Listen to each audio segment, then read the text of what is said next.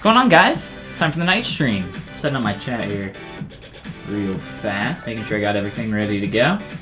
But yeah, we're gonna be doing something. We've been doing some somewhat more realistic stuff with some anatomy studies. We were doing like the arm the other day, and we did a head this morning. I can pop that head open, crack that head open real quick here. Let me find the Z tool. I believe it's this one? Yeah. That's the one that we tweaked there. But yeah, let me turn on perspective there too. So we did a little head study this morning. Just something really quick. Not too crazy. Not very detailed or anything. Really focusing on proportions and getting stuff in the right place. So if you guys are interested in that, that's up on my channel now. You guys can go watch that all in real time. I also have another one that's like a time lapse of another head that's just really quick that I uploaded the other day. But yeah, just kind of playing around with some anatomy stuff and proportions and showing you guys some tips and tricks for that. But tonight for our night stream, we're gonna do something a little bit different, and by different, kind of go back to the stylized stuff that we've been working on previously. So that's what I'm going to do tonight. I'm going to begin the stages of blocking out a character that I have been wanting to work on for a while now. So I'm going to be doing that. I got some reference up on my other screen here. It's of the unfinished character. It's not done yet, so I don't want to show it till I get it to more of a finished place. But yeah, we'll take a look at that later, and I'm just going to delete our head here. Make sure that we have a sculptable sphere. Begin using that. But yeah, once I get that to more of a finished place, I'll share some of that stuff with you guys, and we can look at that. Let me go ahead and set some extra stuff up over here. It's gonna be a chill night, I think. We're not rushing the clock or anything. So if you guys got any questions or anything, I'd be more than happy to oblige and attempt to answer. Let me, again, just set up a couple things over here. 2 seconds, I promise.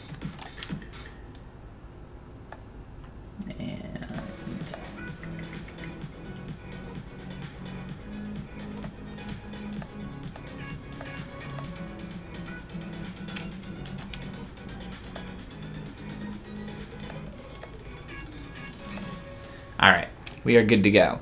So I'm going to begin blocking out some stylized proportions here for a female character that I want to work on. Particularly a character I want to do for the ZBrush art war that's going on right now.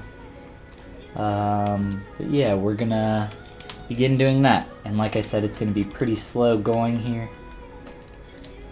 as I'm really just going to kind of take my time with some stuff and do my best to try to capture some of these forms.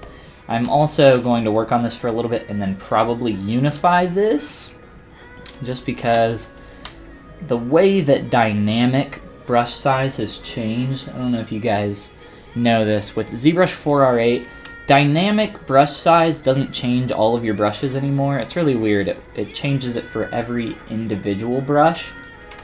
I'm not personally a fan of that, most likely just because I'm so used to the way it used to be. It used to work differently. And, you know, we don't like change as ZBrush users. We want it to be the same. We want it to be like it used to be. But, yeah, so that's why I try to unify that shape a little bit better. And I'm gonna try to sit here, and really proportions are gonna be something that I focus on more so after I block everything out. So what I like to do when I'm in these early stages, and I mention this a lot because I think it's the best way to kind of get to where you need to go faster. If I can grab the right insert cylinder there. Get in all those parts and pieces really quick for your primary shapes. Try to block that out. And once you're done blocking that out, then that's a good time to really focus on proportions. But for those early stages, it's not the end of the world if things aren't exactly where you want them. You still want to focus on it and try to do a good job of blocking all that out. But at the same time, it's not the end of the world if it's not perfect. So we have our basic rib cage, our basic neck. I'm gonna keep throwing in just inserted geometry here. Meant for that to be a sphere, but we'll just stick with the cylinder. I'm actually okay with that. And I'll do my best here to kind of line that up. So yeah, the ZBrush Art War. They extended the date for it. I can pull that page up real quick here. I think I just closed it, yeah. So Art War 2, this is the second time of them doing it. Where's the timer? So there's 49 days left, February 26th. It used to be February 4th, I think, so they've extended it by over 20 days. So, yeah, here's, let me find the past winners, or the past entrants. You can see some of them here in the banner. But yeah, there's some really cool artwork from that Art War. So this is a character that I want to work on for a while, and really kind of take my time with. And I haven't created a forum yet for me to post my work on the ZBrush forum, but I'll be doing that here shortly, within the next couple days.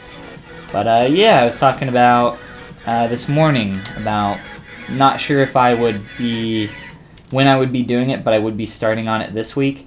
And from what I'm looking at for my character, the proportions of the body aren't really being changed too much at this point.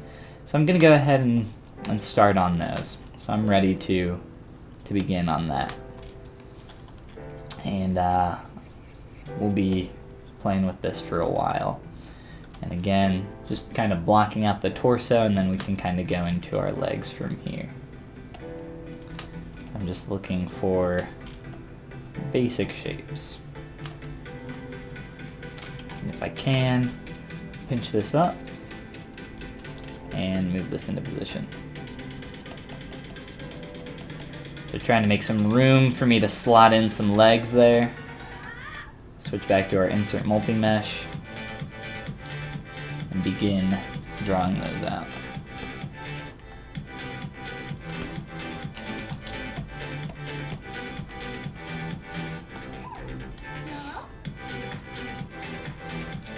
I'm going to do a single leg, so just so I have one of these, so I can really pull this really strongly and adjust that.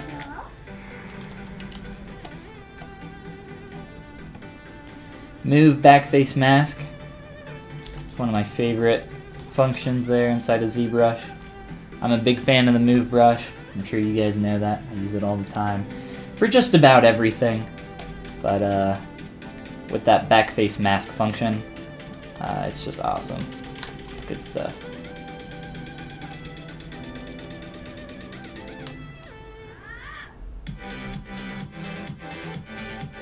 So again, we're looking at something right now that's starting to get really long in the legs. Probably needs to become a little bit longer in the torso. You can try to look at that just a little bit here. But try to keep focused on coming through here and really blocking all this out as quick as we can.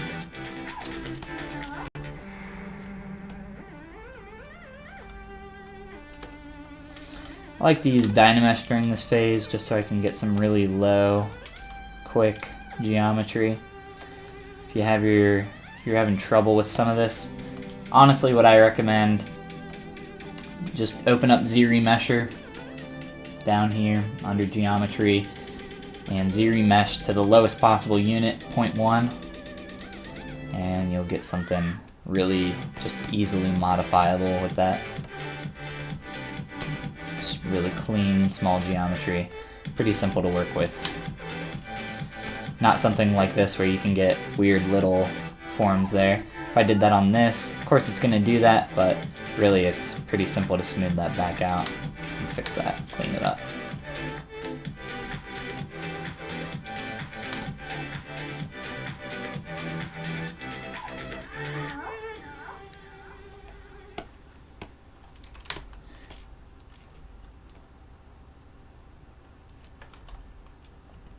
Alright, let's go ahead and put in our foot here. And one sec.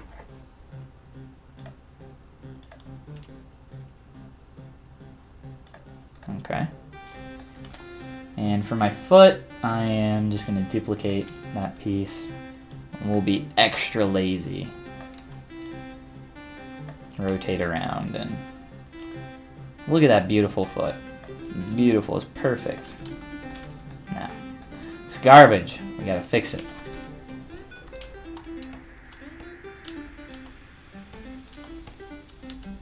What? Now it's perfect. Sorta. We're getting there. We're closer. Let's do a quick Dynamesh.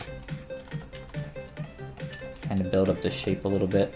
The natural flow and shape that a foot has. If you don't know, you got some feet down there that you can look at.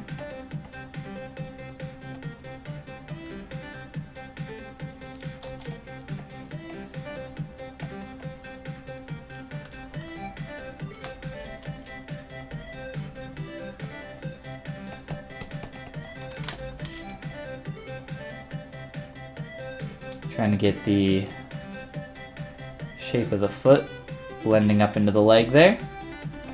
Better than what we currently have it doing.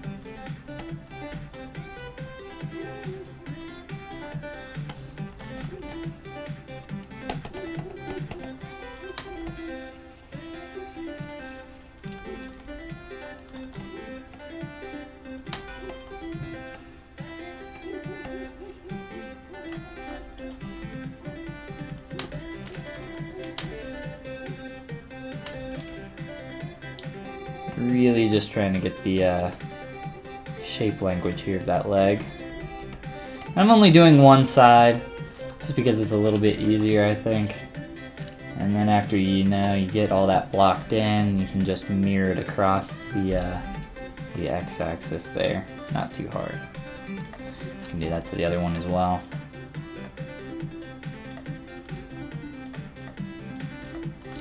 And of course our foot.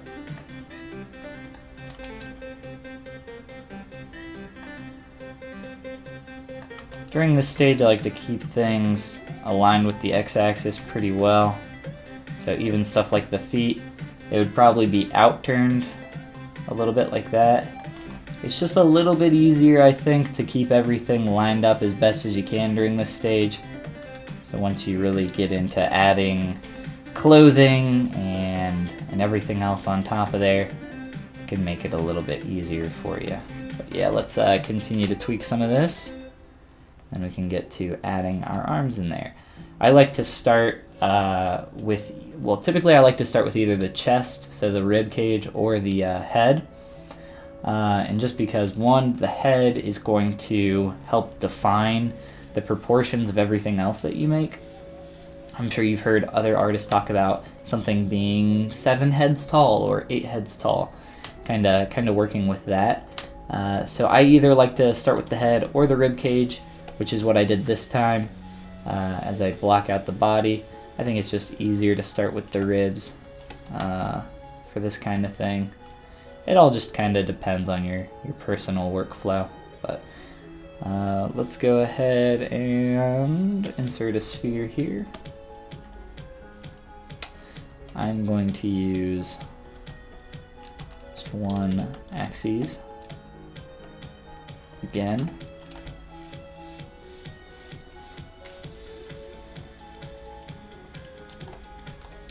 And just attempt to get that in a good place there. And if I mirror and weld this, the reason I did this was I don't want this to happen. So you can see that that geometry is now combined. I don't want that.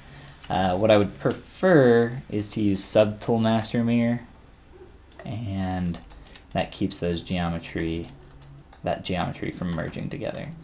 So I prefer to do that, but you can use whatever method you want if you have a better method than that. For our arms, so again, like I said, I like to, what I was going to say earlier, I like to start with the ribs or the head and work my way down to the legs. And the reason I do that is I think it's just a little bit nice to kind of work here and try to get the major form of the body. So what I mean by that is this major kind of S-curve of the body here that we're dealing with, weaving in and out, so coming down the ribs, the torso, the legs, and all the way down out the feet.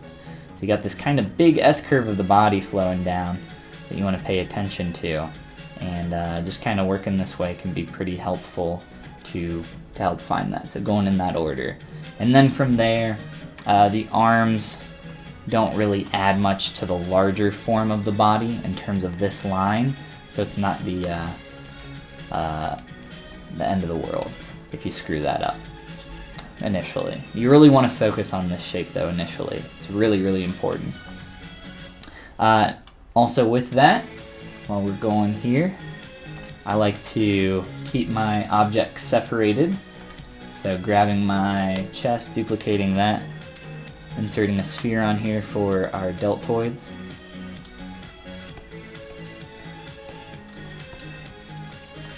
And just kind of getting these into position.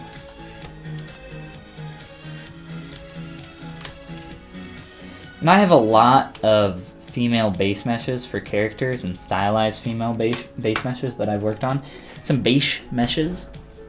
Let me go ahead and grab one real quick here, just so I can show you guys. And tell you why I'm not using those.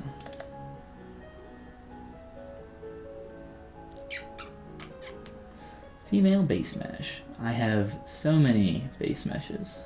So many old things. I'm trying to think where my stylized ones are located while I do that.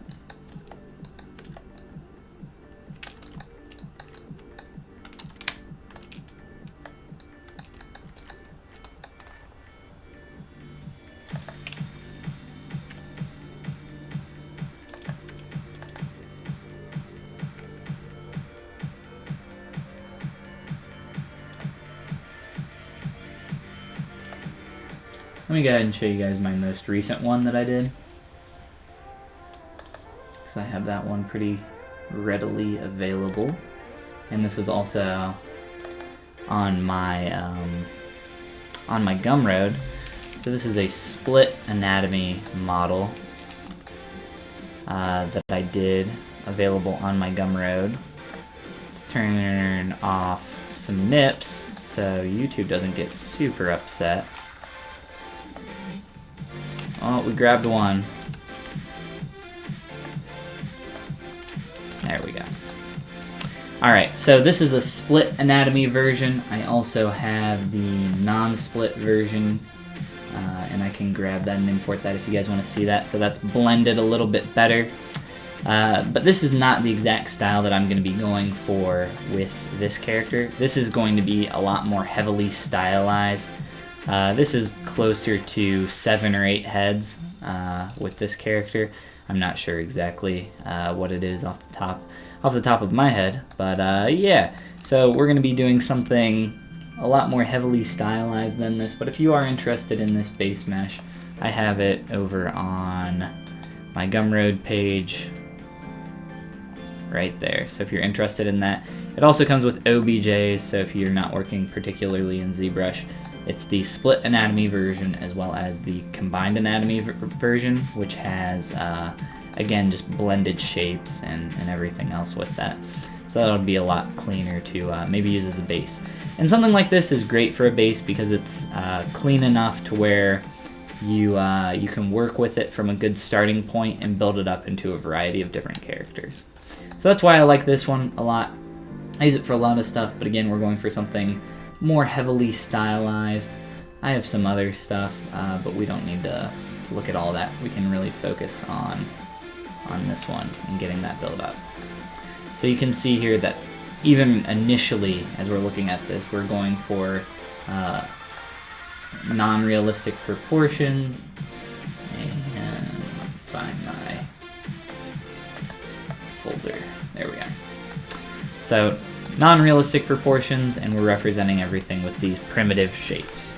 So in the other Z tool there, we had primitive shapes still, I would say, but just a lot more. We're aiming for a lot less subtools and everything else with this guy, with this gal, I should say. But yeah, begin by blocking out these deltoids. That's typically how I start my arms. Figuring out that shape a little bit, and come back to it after I pull out my arms from here. Pulling out my arm shape, and I want this to somewhat hit right around the bottom of the ribs and belly button. I think it's gonna go. I think it's pretty good where it is right now. Let me undo that. And I'm just gonna use my selection tool to delete that end, delete hidden, and then just do a quick Dynamesh and it'll close holes for me up there. From there you can just kind of duplicate that piece, move it out, rotate it a little bit, out or in, whatever you want to do. And begin positioning your forearm here. Try to get a little bit of bend there so that you can represent the elbow a little bit better once you get to that stage. We're not there quite yet. But yeah, just kind of start playing with your mesh and blocking out these shapes.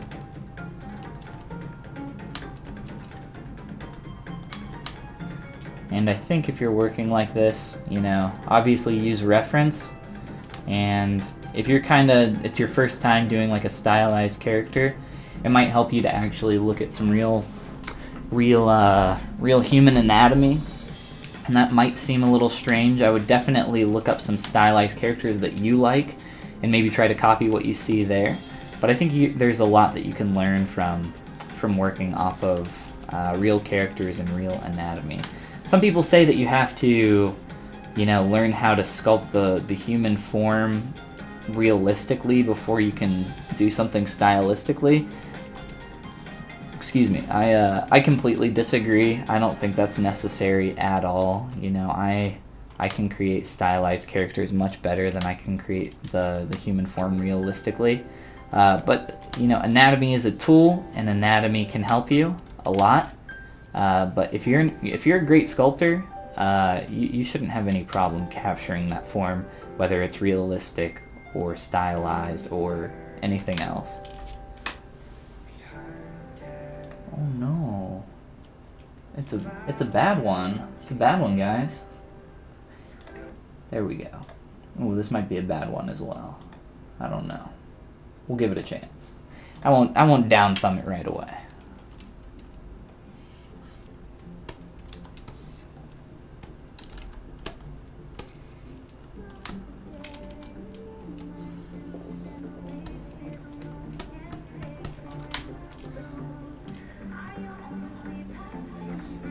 Maybe I should have. I'm on like the playlist that should not have any of the word things in the music. Let's try to switch our music playlist right now. I'm using a thing called Pretzel, app.pretzel.rocks. It's pretty sweet. I'm a huge fan. It's all copyright-free music, a bunch of really cool stuff. Bunch of music that I enjoy. I'm on the upbeat station right now. I've tried a few different stations here. The upbeat one seems to be really good, and the chill one. Ambient's a little weird sometimes. Let's try Edom or Edom or EDM. Trying to create a little bit of a flat there.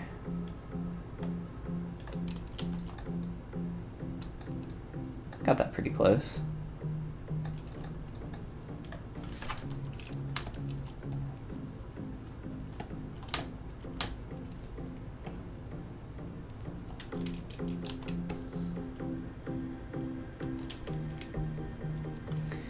So with this character, my head is actually going to be just as big as my ribs, or even slightly larger.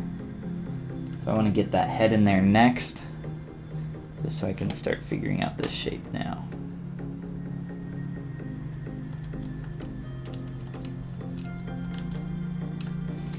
And mirror and weld.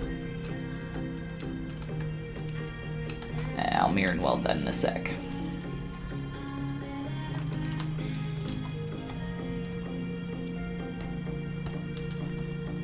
So again, I recommend that you start either with the head or the rib cage. I think either is really fine, but whatever works best for you.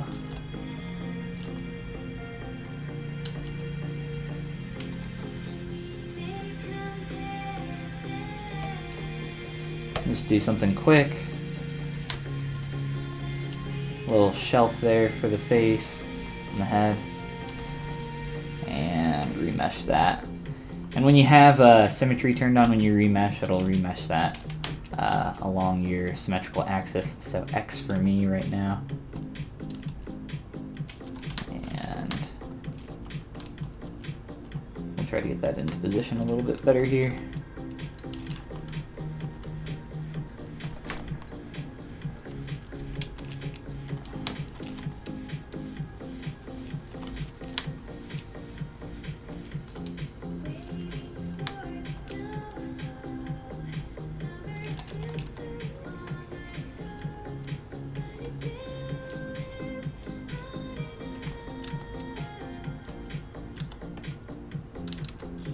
A little bit sharp there.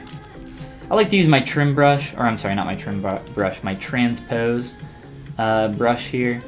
More of a transpose tool, I guess, but I like to use that for really just clipping stuff really quick. There's actually a clip brush. I don't use it though, just because the transpose tool does pretty much the same thing.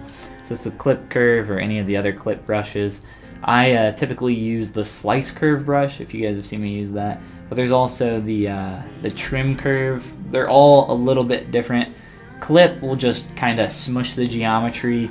Slice will slice it into multiple poly groups, which is what I prefer. And a trim will slice it into multiple poly groups and delete the excess geometry and then close holes. So that's really helpful. That's pretty much what I use my slice curve for, but I kind of prefer to just do it manually. Especially in situations where I'm dealing with a lot of polygons and I don't want ZBrush to crash on me, and I'm just kind of trying to be a little bit more careful with my work. So just trying to, you know, it's nice when ZBrush will do stuff automatically for you, but when that can be repaid with kind of breaking ZBrush, I'm not a giant fan, so I try to avoid letting that happen a little bit, or as much as I really can.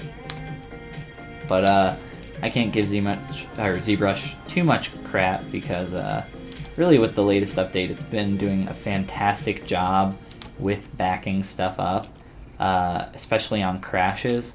So ZBrush, first of all, ZBrush doesn't crash nearly as much as it used to, which I am extremely happy to say.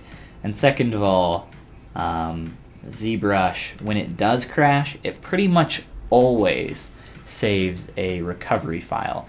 If you guys ever get a crash, go up into your Lightbox, go to Quick Save, and check in here, and you'll have a bunch of recovery files in there that you can check out. So we got our head from earlier and some other stuff in here that it'll save for you, and you can recover those from there. So I'm definitely a huge fan of those changes. We'll try to block out our head a little bit better here.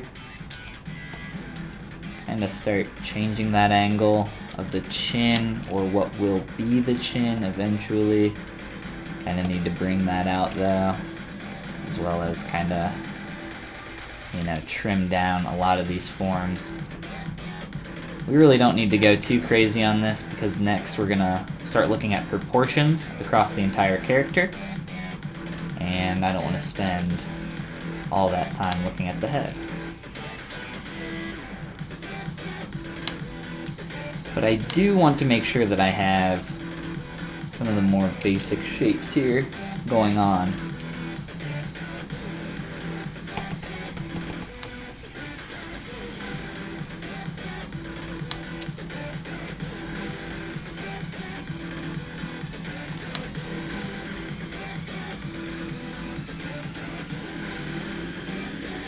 I think I've made the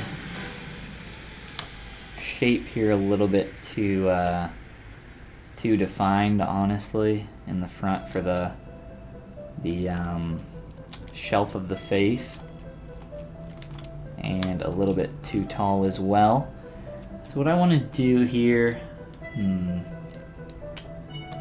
let's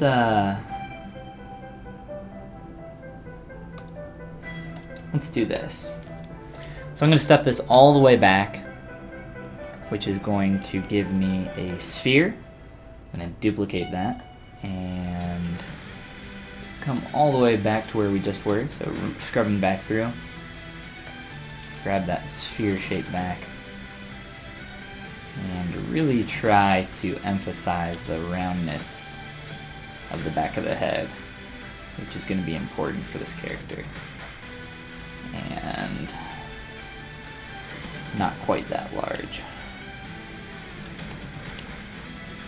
But as you can see, I made it a little bit too flat in some of these areas, so trying to recover from that mistake, and maybe even start to bring in some of this.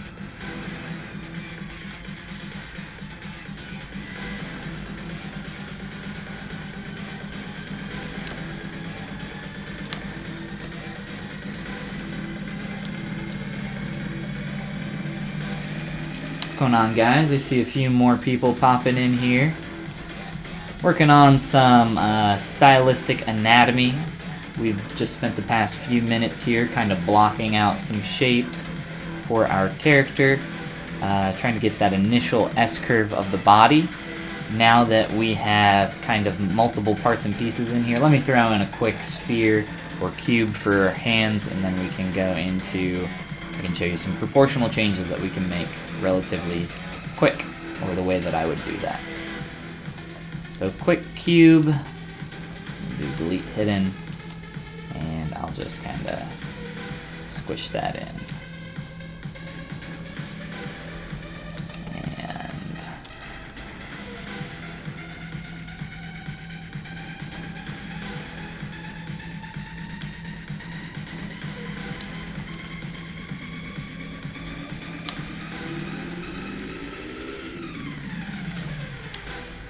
a little bit high res for the insert mesh. That's why I like to use the primitive initialized cube, because you can control the geometry in it. If you come down here, you can control the resolution in the X, Y, and Z coordinates for that, which is what I prefer to do. But if I'm doing something quick like this, I don't even care. I'll just Dynamesh it, and if it looks like crap, it doesn't matter, because I'm just going to work with it more and clean it up later. So it's not the end of the world.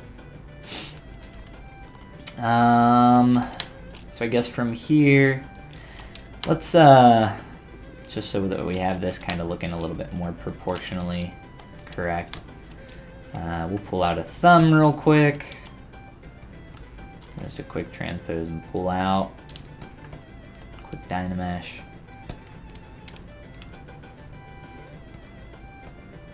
Quick rotate. Quickly pull out our fingers.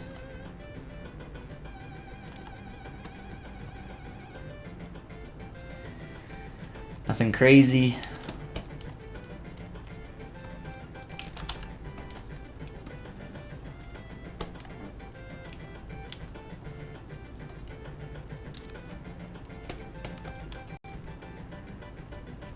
But yeah, just kind of build up that basic shape.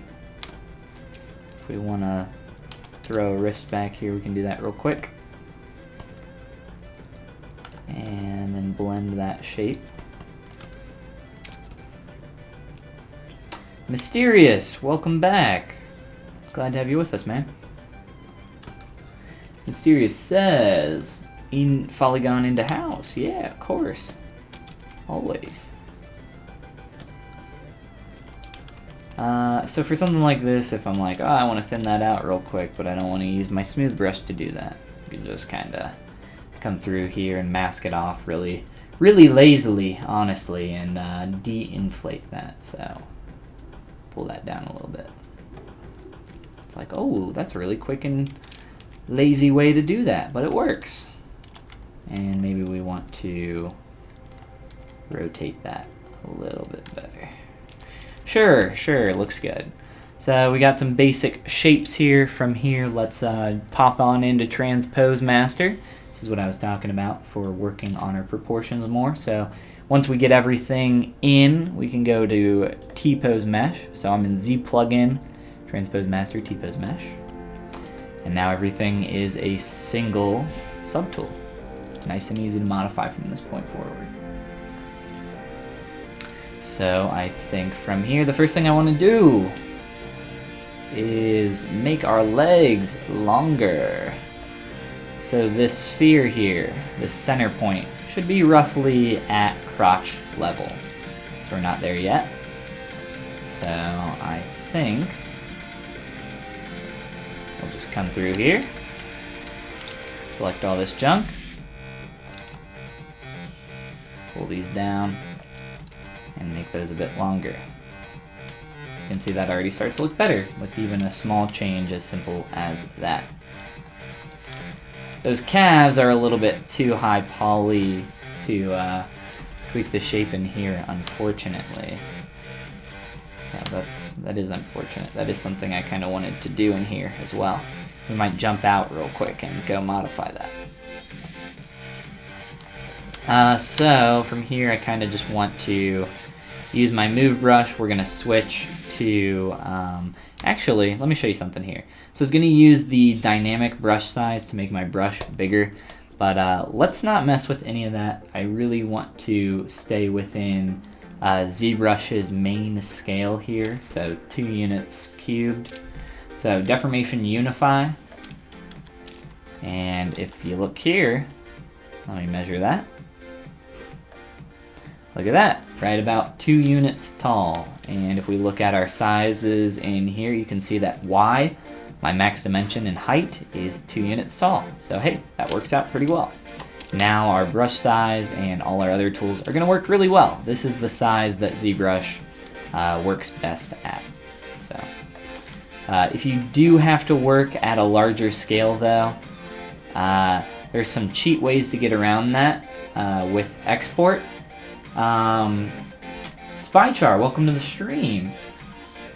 Picardo emotes will not show. I'm so sorry. Glad to have you with us either way. But I'm not sure if anybody, if anybody watching right now remembers which stream that I went over the export settings. I think Anubis was asking about it. So Anubis, if you're watching or if you're watching later at some point, shoot me a message and remind me which stream that was in, because I really do think that would be helpful for a lot of people. And I wanted to kind of cut that section out and post that as a separate video so that people could watch that and learn from that and kind of figure out how scale works here a little bit better in ZBrush. But if I can find that and remember, I will upload that separately. But again, you can kind of cheat the scale in ZBrush by messing with that slider. I'm not going to do it right now though, because I want to stick with this 2 units and keep that scale true to ZBrush. So I'm just going to kind of play around with the S-curve that my body the main forms are creating. So look in here at all this. And somewhat exaggerate it, you know, it's a stylized character. Depending on what you're going with though, you know, you might want to do that more or less. But yeah, play around with it.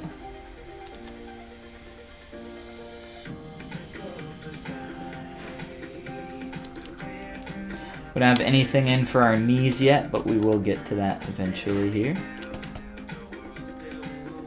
I want to kind of modify the shape of my calves here to give them a bit more form.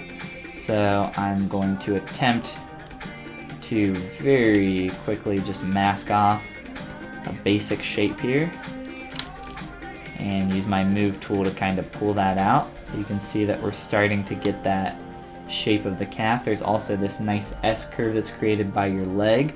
Again, looking at some real human anatomy, I think can be really helpful for this type of thing. And on the outside calf here, the point that you're gonna see, the highest or the most extending point, so in this case right there where that is, that sits a bit lower than the one on the outside of the calf here. So trying to get that kind of shape going there. And then with your ankles, it is the opposite. So you have this line going in like that, connecting those 2 points, and then with your ankles you have the line going the opposite direction. And you can see there, just by kind of tugging those out, you know, it doesn't take much effort to really start to get that shape to kind of work for you. But yeah, just kind of tweaking some of these proportions here as we go. If I can kind of pull in there.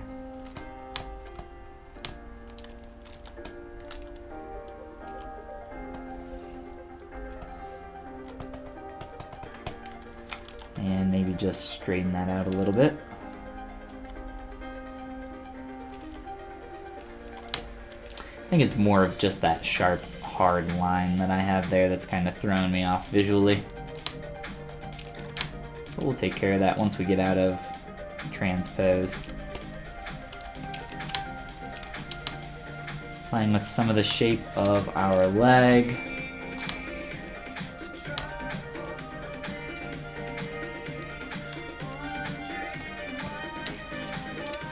It might be a little bit easier to make this change outside of Transpose Master, but there is a pinch that I like to do here when I'm blocking out the shape of my leg. And what that tends to do is help kind of turn the surface there where your abductor muscles are that extend from your pelvis and come down at an angle this direction. So you can see that I'm kind of starting to get that transition in there. And that's just a way that I kind of like to begin building that out.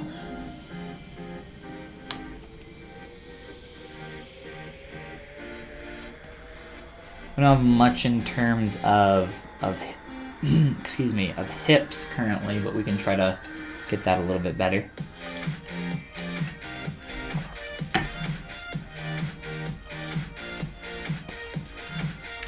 While you're working like this, you can drop your color all the way to black, switch your material to flat color, and this is going to do something a little bit weird here.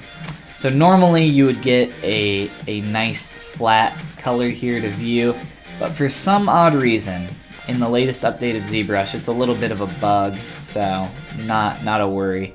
You just have to make it a little off black. So you can do, you know, all 0 here, almost, if I do all 0, but it'll show the red wax material. So just changing it a little bit, but then from there, you know, you can start to look at your silhouette a little bit better, if you want to do that, and start to get a better idea of what that's going to look like. So let me clear that real quick.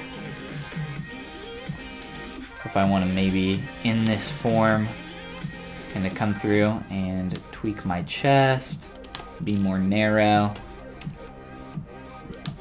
tweak my hips to be more wide, work on some of these forms. You can do it in this stage.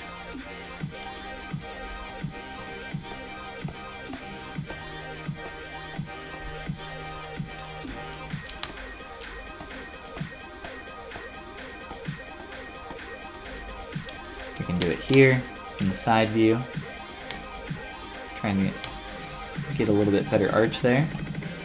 Try to play with that. It's another way that I like to work.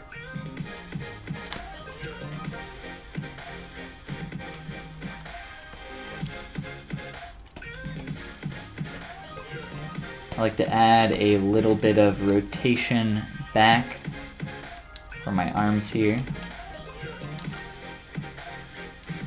Angle them back a little bit. And kind of continue to develop that shape up top.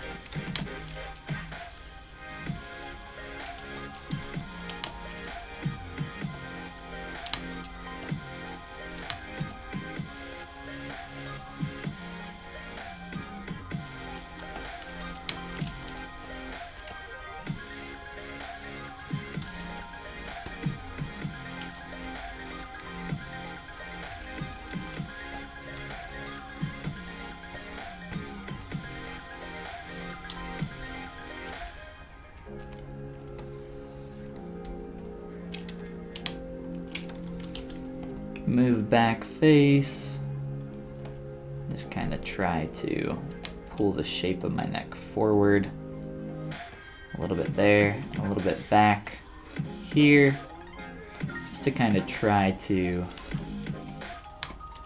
make that look a bit better.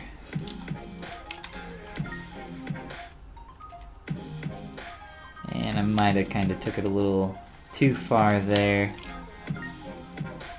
Not a big deal though.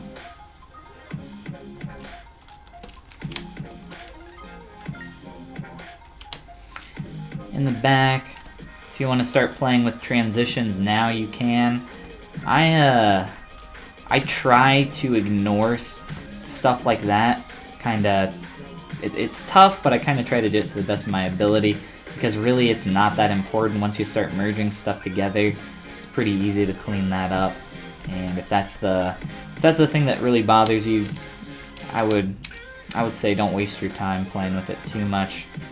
Really just kind of do a quick cleanup, and it's a really hard transition, I know, but with a little, even stuff like that, a lot of stuff like that can help add form as it carries through to your character. So try to get this hourglass shape a little bit better, so I can maybe kind of pinch in a little bit there and then pull out along the hips.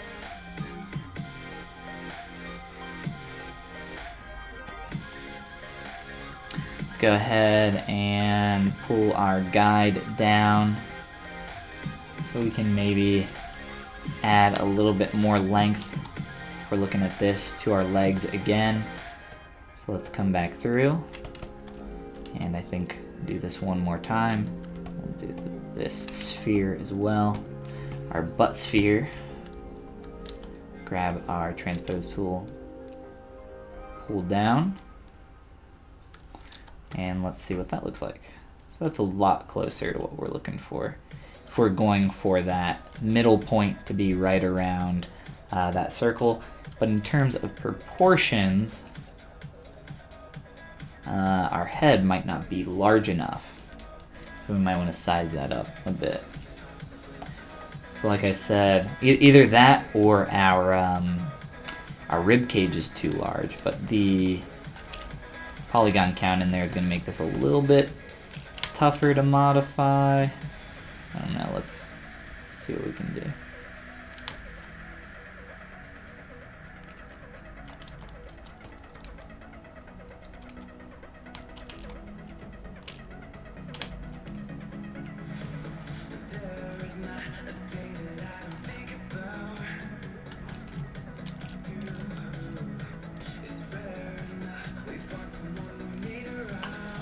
Oh no! The music got bad again, guys.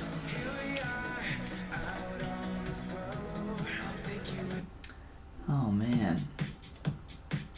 What was the... Let's just chill, guys. Let's just chill. Ampy X LMAO. I don't know how I feel about that. We'll see. Alright, so let's jump back and forth between our characters here. So I'll do a quick Shift S there to drop that to my canvas. Then another one here. So you can kind of see the proportional changes that we've made with Transpose Master. So again, like I said, I think a good way to kind of progress and work this kind of style is to really get your parts and pieces in there really quick, and then take the time after that to kind of focus a bit more on proportions. So now we can go ahead and at this point take this character that we've kind of adjusted in transpose mesh and click on T-pose, and then it will cascade up through all of our subtools and make those adjustments. It should do it really quick. Ooh, we got a vertex count mismatch. I'm not sure how. We'll look at that in a second. On our rib cage. Let's try that again. On both of... I don't know how those got merged together. Very odd. Let's try that again. T-pose. See if it'll fix that. It's very unfortunate. Well, let's go ahead and just do this manually. So if you run into a situation like this, you can fix it. And luckily we have two subtools that we can... Oh wait. Ah, no. I think we're good. I know what was wrong. I know exactly what's wrong. So I inserted this sphere on top of this, so I just need to delete that piece there and go back, and this should T-pose just fine. Yeah, it did.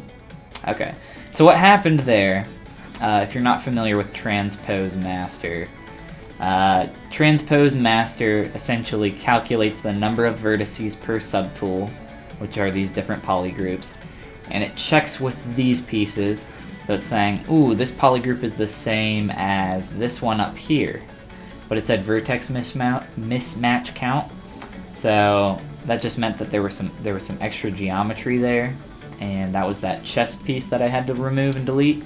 So after I did that, it was able to T-pose back up and work just fine. So if you have that problem, just go ahead and try that. I've had that happen a lot, as I tend to insert geometry on top of other geometry and work that way. But yeah, if that's happening, just kind of run through and see where that problem lies. Ariel says, finally gave in and signed into the new RuneScape. Oh no! Man, I missed my character. I think so I don't remember if I was saying this on here, but let me find this image. I have this image. I'm so embarrassed. Oh god. I've logged into my old RuneScape account. This is me. I have full Zamorak God Armor. This is a big deal for a free account back then. It used to be worth like 2 million gold. Apparently now it's only worth 600,000 gold, so my armor has depreciated in value. Also, I can't wear it on my character because my defense or something isn't high enough. I don't know. But I'm, yeah, logged in for like the first time to my RuneScape account in 10 years, but Ariel apparently just signed up for the newer RuneScape, which is hilarious. But yeah. I have a bunch of old stuff on that account that you can't get anymore. And you can't really trade, I don't think. But yeah, I I was like, I wonder how my old RuneScape account's doing. But yeah, the Game Grumps, I think, were playing RuneScape recently. I was like, ooh, gotta check this out. Haven't played RuneScape in forever. Alright, we can jump back on our char here and look at some more proportional changes that we want to make.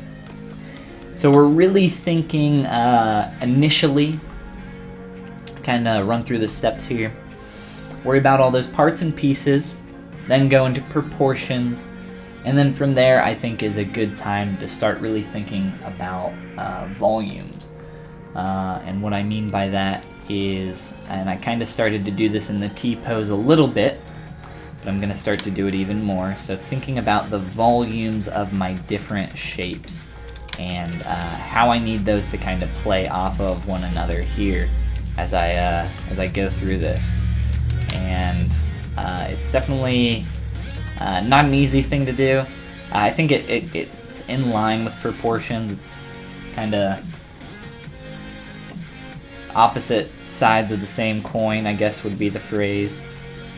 But yeah, trying to build up these forms and really, again, think about the volumes that I'm working with and trying to get those as close to my reference as I can. But like I said, my reference for my character that I'm working on right now isn't finished yet, so I'm going to wait to show you guys that once we get there. But I am excited to share that with you guys, and I'm excited to really start working on this. So this is the beginning of hopefully something cool. Yeah, we'll see though. All in good time.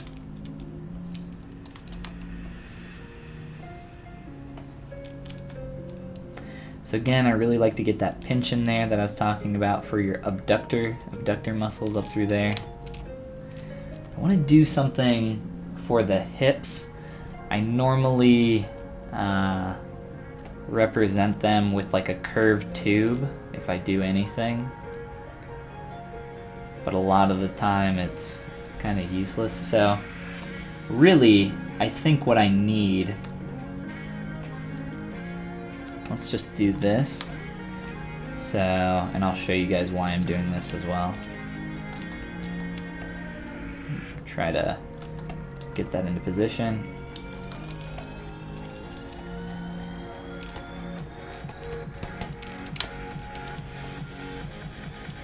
And try to do something like this.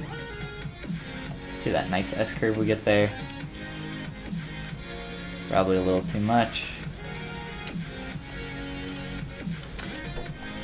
But let me show you something here.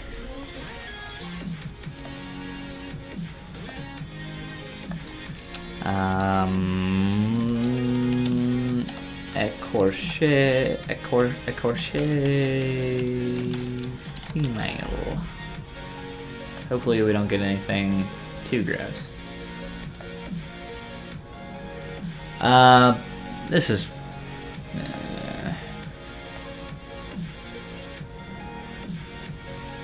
actually, what am I doing? Go into your lightbox, go into your tools, and click on Ryan Kingsline anatomy model. Open that up. Use this as reference also if you're working on some realistic anatomy. So it's not quite as prominent here. I have my skeleton selected.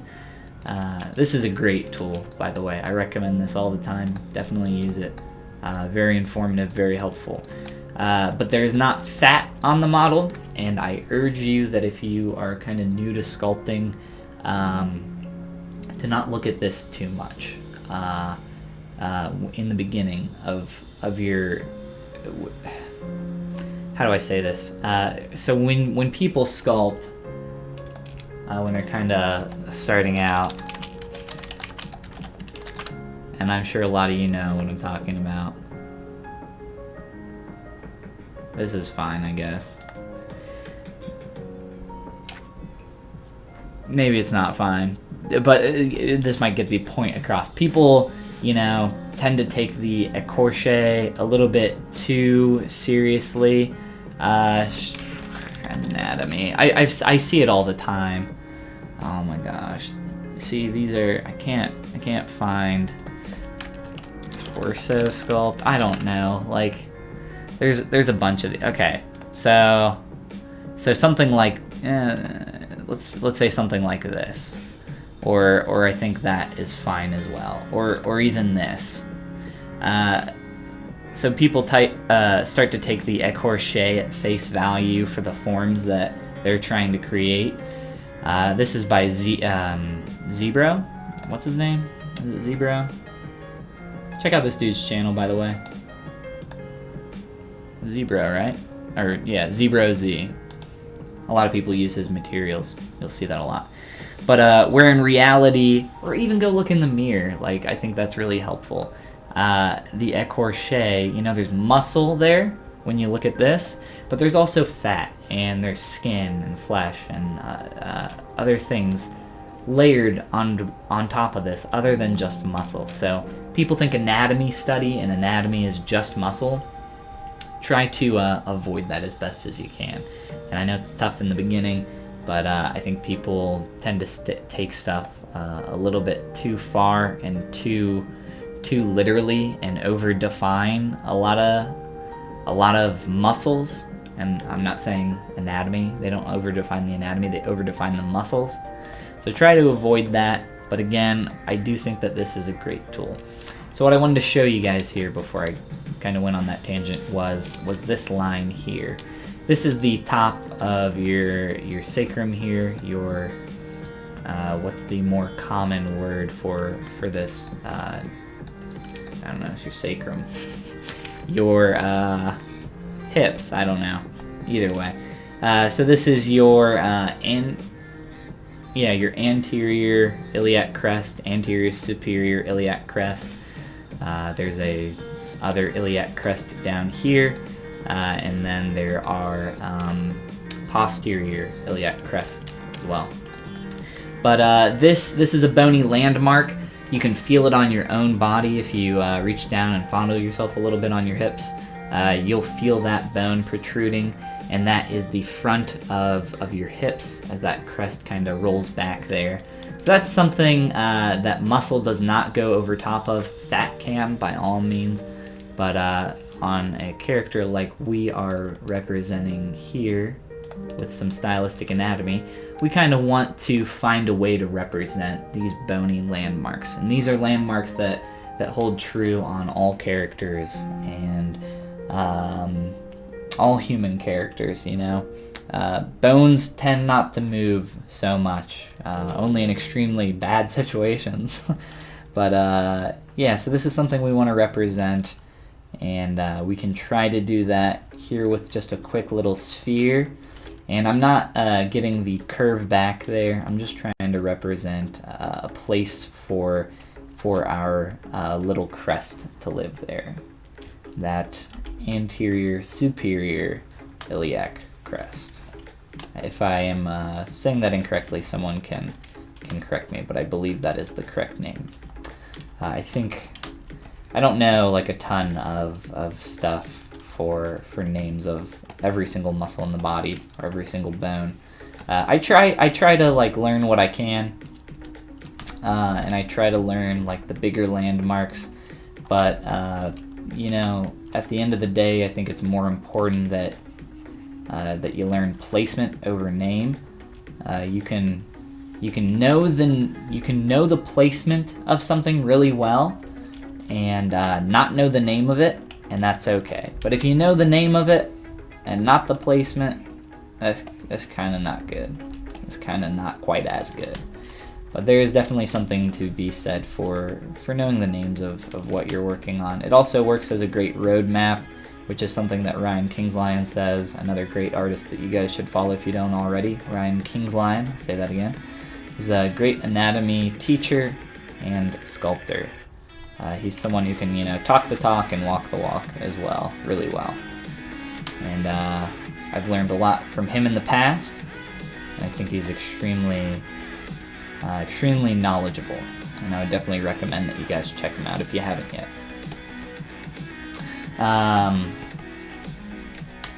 But yeah, kind of just trying to work on these forms a little bit better, and trying to get some of these landmarks, even though this is heavily stylized. We'll continue to work here, and I'll try to do my best to explain some more stuff. And I hope that some of this can be helpful for you guys.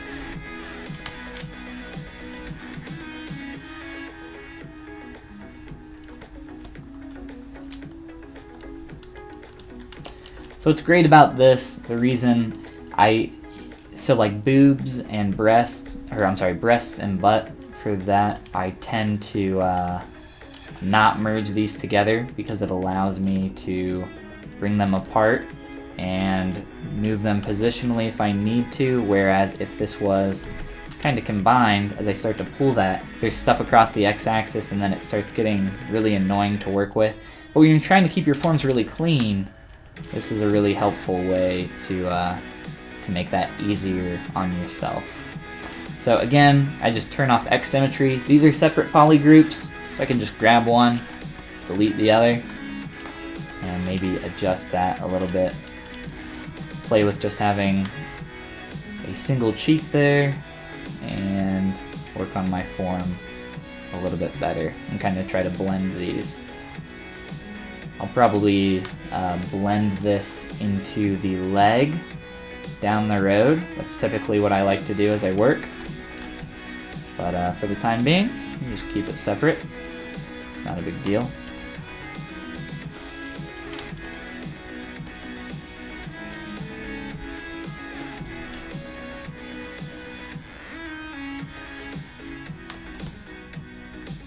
So I tried to get this depression here, as that muscle tends to curve that way. I want to kind of round that out a little bit better, get a little bit more form in there. I'm just using my clay tubes brush, by the way. I'm sorry if I use a tool that you guys aren't familiar with or anything, but for the clay tubes brush, it's great at just kind of quickly building up form at a relatively, what would you say, even height. So as I start to sculpt on that, it will only get so high. Whereas if you use maybe the clay build-up brush, it will continue to build up infinitely, and that can, you know, not be great sometimes. But yeah, as I start to build that up, I can maybe start to get some of the more characteristic forms that we would see in here.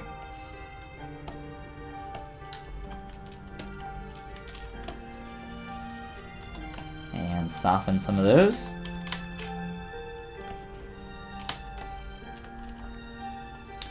So just kind of trying to represent that shape a little bit better.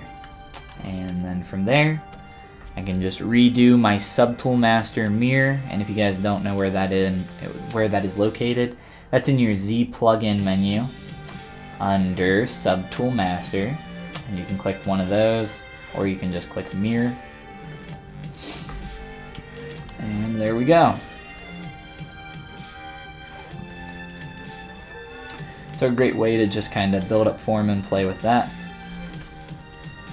and not worry about that combining across the x-axis. Again, I'll do that for the breasts as well, but for the time being, I'll just kind of keep working on the legs here.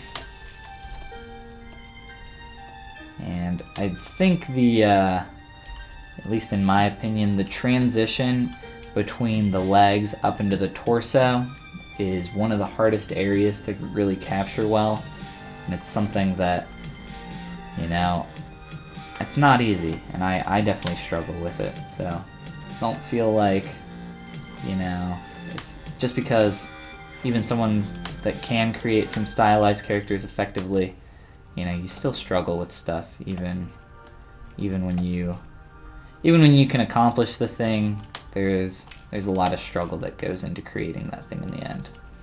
I want to I don't really like this angle right now. I kind of want to rotate this back and try to clean that up.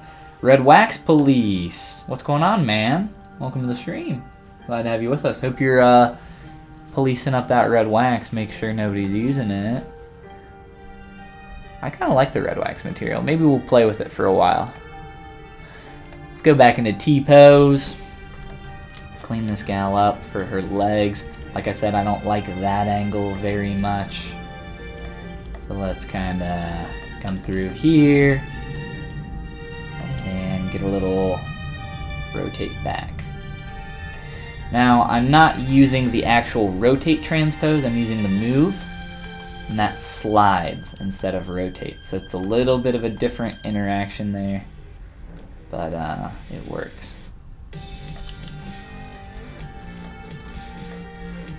Oh man, you know, even though this is a joke, this still kind of hurts my eyes to look at. I'm not gonna lie. I'm not. And the red just kind of makes me angry. Let's get out of here. Look, that's much better. That's much more beautiful. This is my Follygon clay material. Somebody was asking about that earlier on. So if you're on my, where is it? Just go to my Gumroad. It's the very top one. You can't miss it. That comes with my colored clay material and my black and white material that I use. I prefer the black and white one, but the colored one is not bad at all by any means. By any means.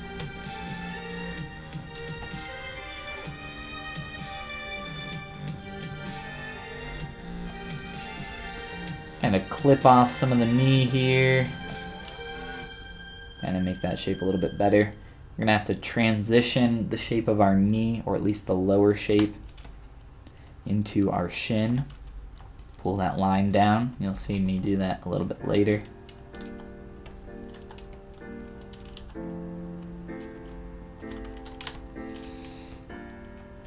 But yeah, kind of trying to still work on that interaction a little bit.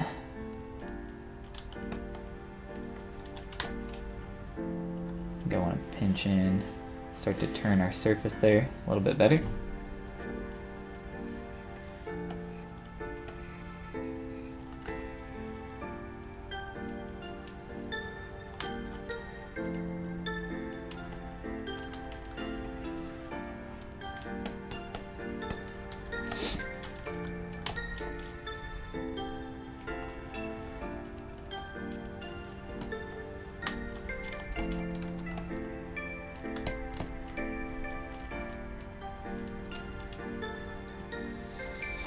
I think we're getting a lot closer to our proportions here as we go.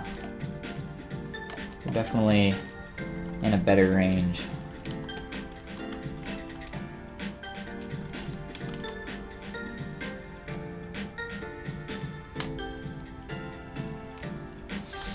So even with the arms from the front view, there's a little bit of S-curve going on, and I'm going to exaggerate that. You got a little bit of a curve this way, and then a curve this way with the forearm.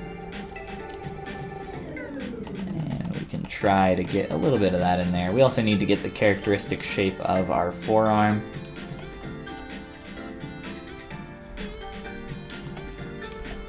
And if you saw me do the realistic arm sculpting that I was doing the other day on stream, then you know exactly what I'm talking about.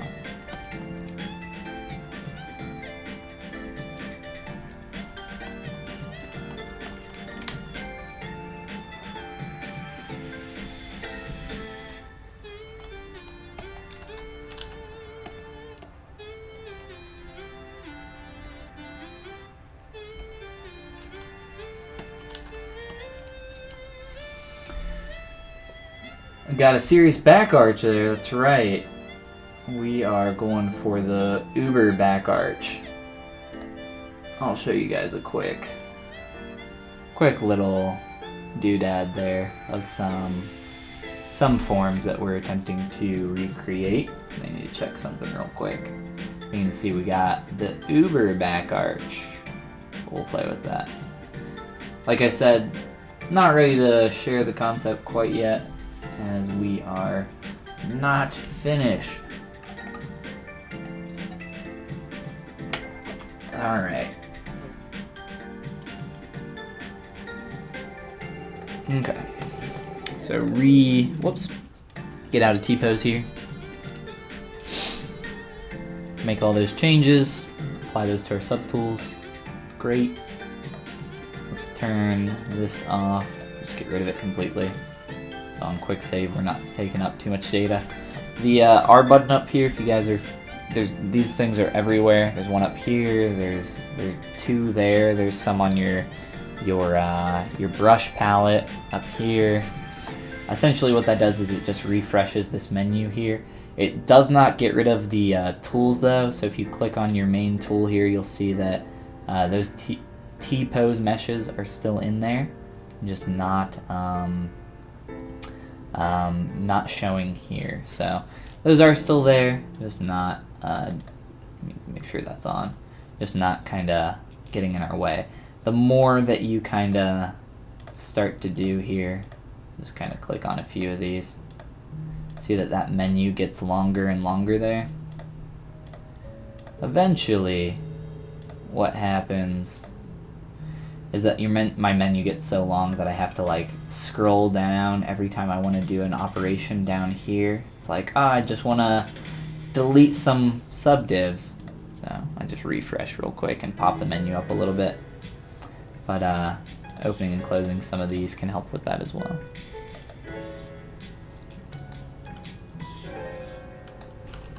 Alright guys, so what's next? What's next for our gal here as we continue to work on these forms? I think the forearm, what we want to focus on. So the forearm is, again, you know, I think one of those really hard areas for people, and I think that's just because there's a lot of muscles going on and it's really complicated. But if you can kind of really break it down into its primary shapes, I think you'll have a lot better time working on that. So I'm going to try to do that now. And really, like I said earlier, we're thinking about volume and how that's going to play a role in our forms. So let's try to really focus on that while trying to get our silhouette closer to where we want.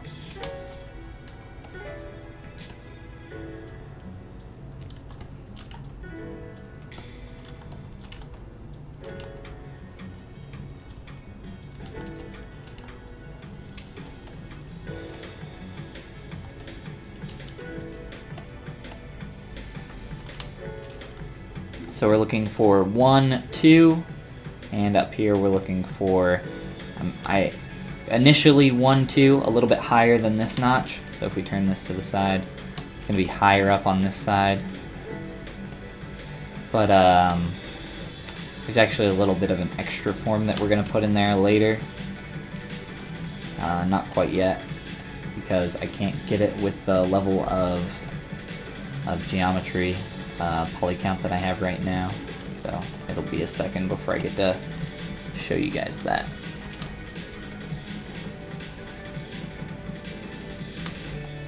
Quick little pinch on this side as we come down the ulna there. If you can feel it on your own arm, it starts to become a lot more prominent as you get closer to the wrist. If you guys remember the little mnemonic I gave to remember the difference between your radius and your ulna. So that if you want to say something's rad, you give a thumbs up, and that is your radius, and the one on the bottom is your ulna. Now you just have to remember the name of the actual bones. But shouldn't be too hard, you guys are smart.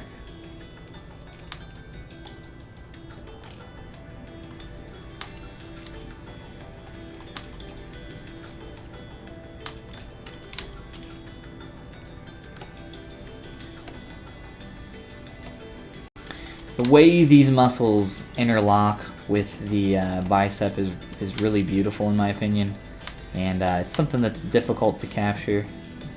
Just take your time with it and really try to, again, look at real anatomy and real humans, and I think that écorché view, that Ryan Kingsline model, can help you out quite a bit.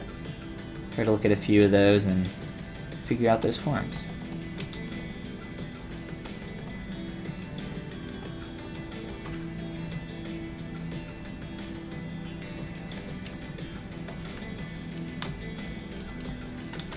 I'm going to run a ZBrush on these just to lower the poly count, clean it up a little bit so it's a little bit easier for me to smooth out some of these forms. And get a couple subdivs in here just so I can run my trim dynamic brush on it and really start to make those changes that I need.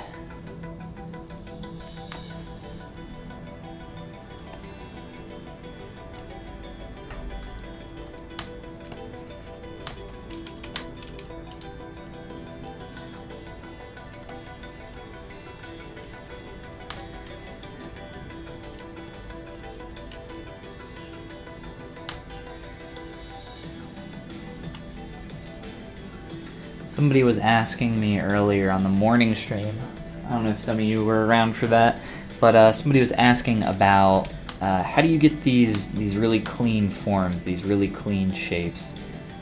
And you know, the quick answer is practice, obviously, but I think Z-remeshing some pieces really low, and you know, as I'm going here, I'm not just jumping up a bunch of subdivs really quickly. That would be bad. That would lead to some really dirty and uneven forms, so I want to avoid that. What I'm really trying to focus on here, though, is going one level at a time. And as I build up one level that's maybe a little bit higher, and that form begins to get a little bit dirty, I'll start to drop down and begin working on a lower subdiv. So it definitely comes with practice as you get the feel of it, much like you get the feel of working with traditional clay. But once you get the hang of it, it's really easy to kind of swap back and forth between those different subdivs and work like that. And that's pretty much how I prefer to work with my geometry. Even when I'm doing stuff with Dynamesh, I'll occasionally throw in a subdiv or two and just kind of work my geometry that way. Do like a quick basic shape back here for our triceps. I don't know how much I'm actually going to build this up yet. These arms are going to be pretty thin on my character, so I don't think I want to go crazy. I might do something like even skinnier than what we got going on. I'll have to take a second look at my volume reference that I created.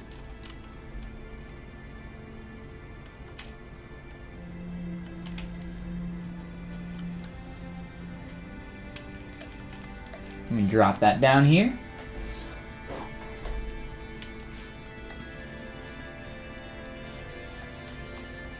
Serious back arch. It's not serious enough. We're gonna have to go ham on this back.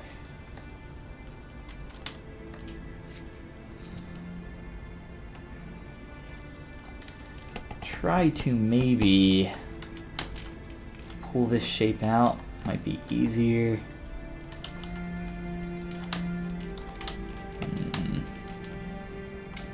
So with the bicep can be tricky to create anatomically as well as stylize for what you're working on.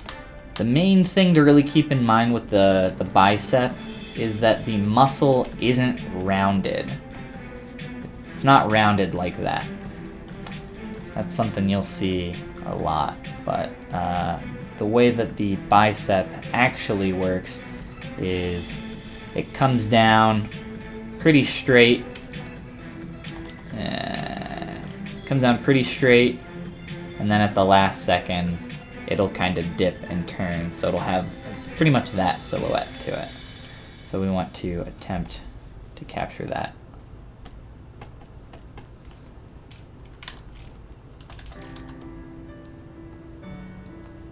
So coming down, flat, flat, flat, flat, flat. Tuck it into the deltoid. The deltoid comes down around over top and kind of swirls around here this direction. We'll get that in a second. And then dip at that last second for the bicep there. And it dips in between these two muscles here. And it's also, let me tweak this shape a little bit.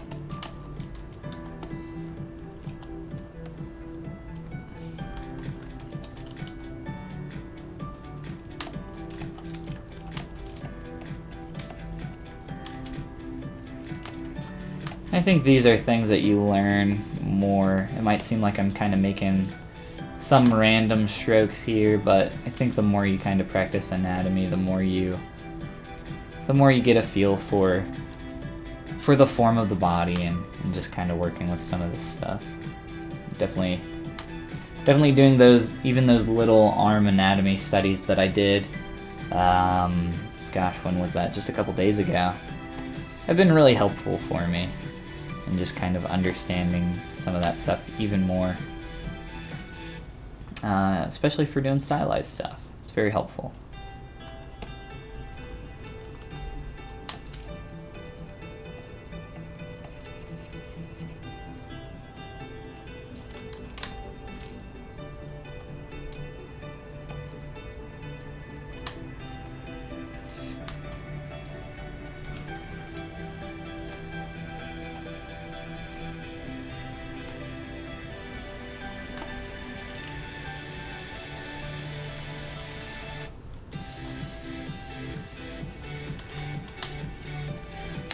Trying to get the surface to turn a little bit better in the forearm by kind of digging in a little bit there and then using my pinch brush.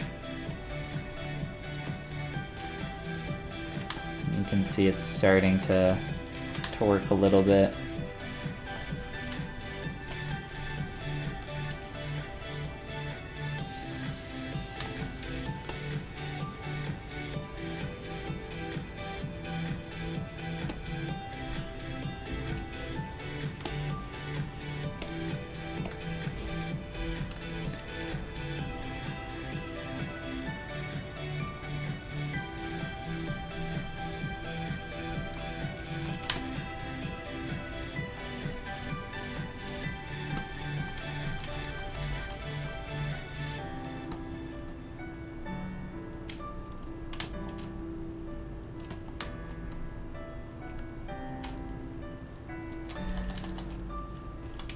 And that crease there is now a little bit too strong now that we've kind of gone through. And whoa, way too low on the Dynamesh. Let's go even higher. Now we can kind of go through and Dynamesh and remesh that piece just to kind of clean that form up. You can see that we still have the geometry flowing in that direction though, and retaining that form that we've created. So you can change your resolution there if you need to while you're working, but I tend to, for just a little piece like that, just 1K polys is plenty. And that's what we have for some of these other pieces as well. So working our way up now into the deltoid, working on stylizing this shape. This is the kind of curve. It's like this backwards comma shape.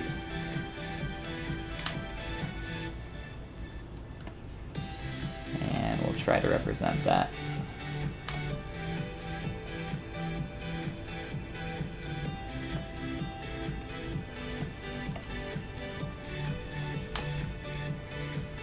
And I think even some of these transitions that I'm building up are exaggerated too much, and they're going to be stuff that I have to, you know, once merged down, kind of knock down a little bit. I think I've taken some of these forms a little bit too far, but you know, all in good time as we play with this stuff.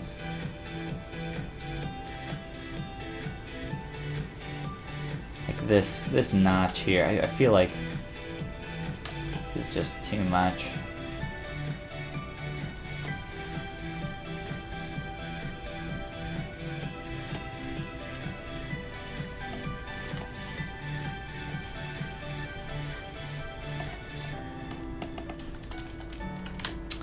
And I can push in some of this as well.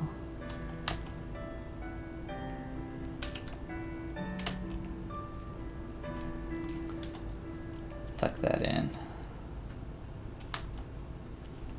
Making sure we don't round it too much. Max Store, how's it going, man? Welcome to the stream. Glad to have you with us. Our music just kind of stopped. I don't know what happened.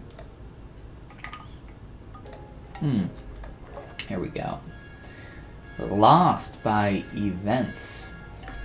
So I'm using, again, that pretzel, or what is it? app.pretzel.rocks.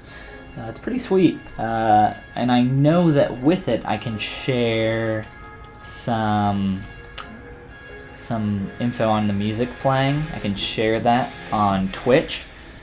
But for the people watching on YouTube, I don't know how I can share that. If I can hook it up with my Restream chat, which is the chat that's going on over here that I have overlaid. If I can hook it up with that, that'd be pretty sweet. I'd like to try that. So I'll probably try that later before the next stream. And I've said that once before. I said that during this morning stream, I think. So I'm going to make a note to remember to do that real quick here.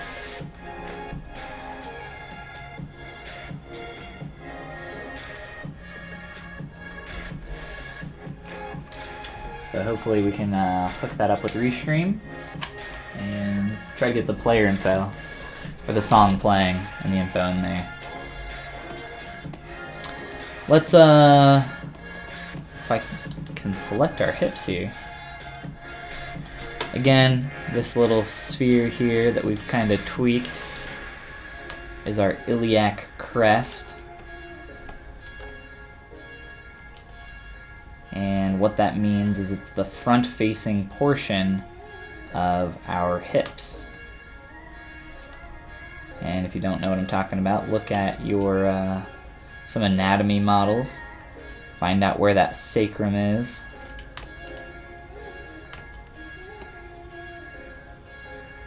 And try to figure out that point, because it's where a lot of muscles are gonna originate and start from. Like our main muscles here coming for our quadriceps. So finding that point is very important. These bony landmarks are extremely helpful for you.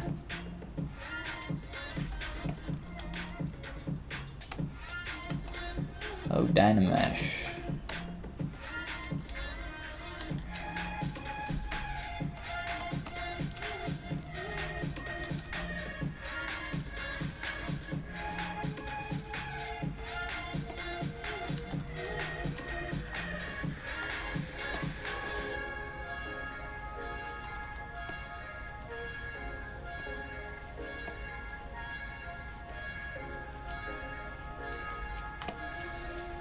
So something like that, and I'll play with it more as we go.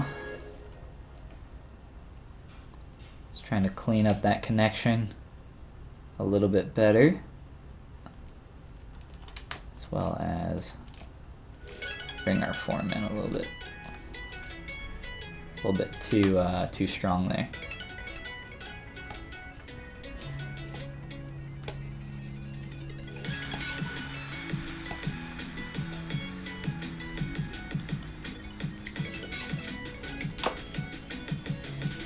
Switch on over to our flat color.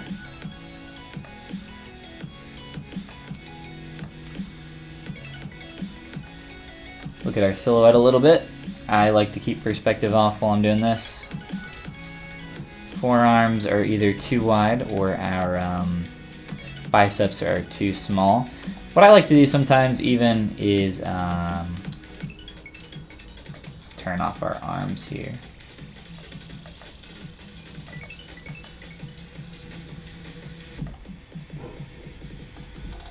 I'll take some screen grabs, throw them into Photoshop and work that way, and just do some quick draw overs if I'm trying to get some form a little bit better here in these beginning stages.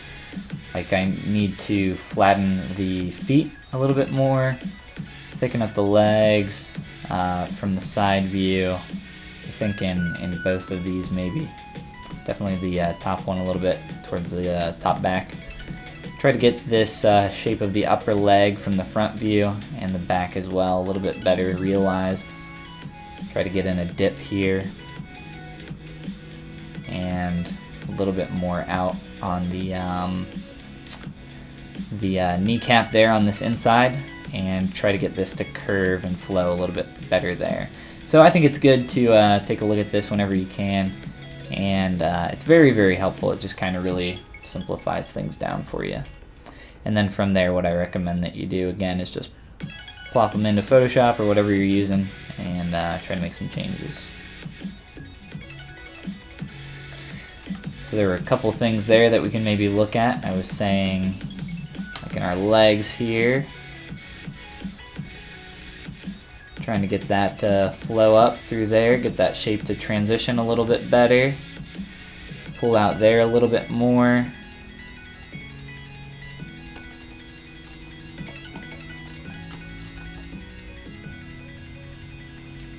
Really get the pull in here for the abductors, as well as just this shape transition of the quadricep as it comes down. It's like a little bit too strong there. Let's just do this.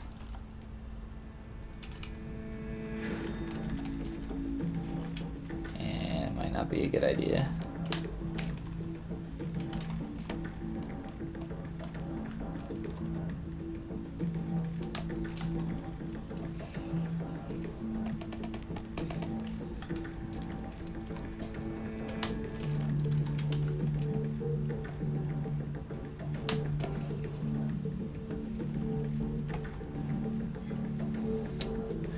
I think our knee needs to move up and kind of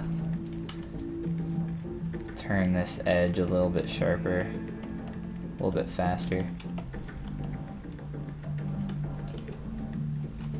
I'll probably look at some different images to get an idea of where I want that knee a little bit better.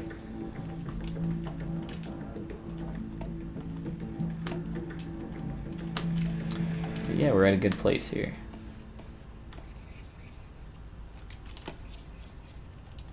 I'm not going to be exaggerating the muscles in my quadriceps. I'm going to be keeping these forms pretty simple. But I do absolutely want these major transitions to be happening. So abductors coming down through here, get this really nice S curve of the leg. Same up here, transitioning, flowing into the calf and all the way down. And I think our lower leg here could stand to be done a little bit better too.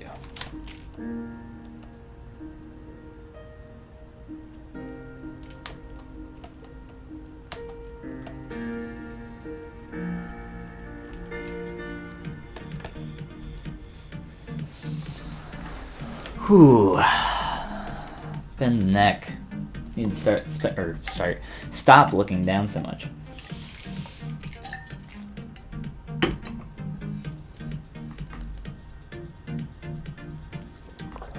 All right, so for that forearm, while we were looking at that silhouette, we also said, hey, this thing is either 1, too thick, or 2, the bicep needs to be a little bit more thick. So I say we do a little bit of both. Try to go both directions here.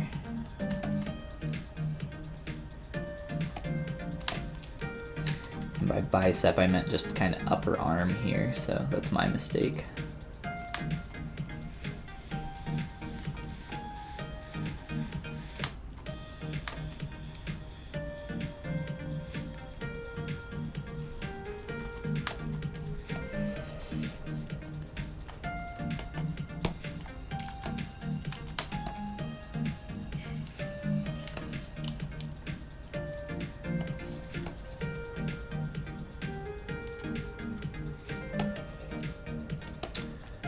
I would like to attempt to get that to pinch up there a little bit better, kind of like it's grabbing on,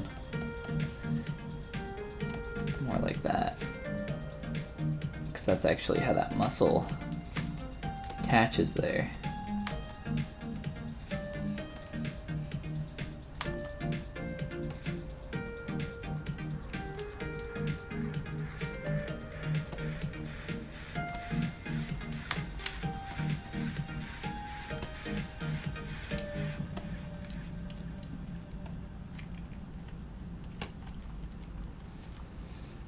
I'm going to leave our hands for now, and I'm going to use an insert mesh that I have for doing some stylized hands in there. So we'll do that in a little bit. But yeah, let me look at some stuff here. Look at our neck.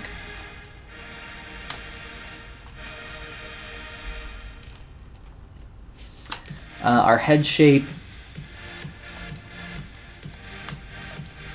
it's not what I want.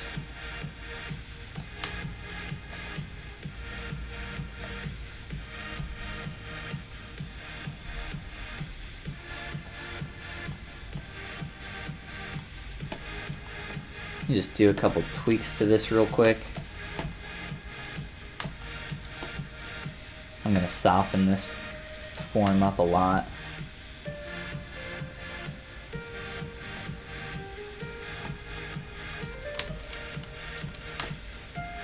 Really tweak it here a little bit.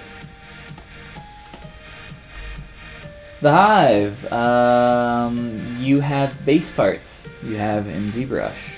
Yes. Got some base parts that we're creating right now. Pretty much all from spheres. So we started with one sphere. We actually started with a sphere on the ribs, on our rib cage. We roll back, got a sphere, then we went through our steps there and tweaked that shape into our ribs that you see now, as well as all of our other basic forms that we've been kind of tweaking with. Lastly, we were just looking at the legs and the arms as we went into the silhouette mode and looked at those. But yeah, now we're kind of just playing with our different things that we saw that we wanted to change. And there were a few of them for sure.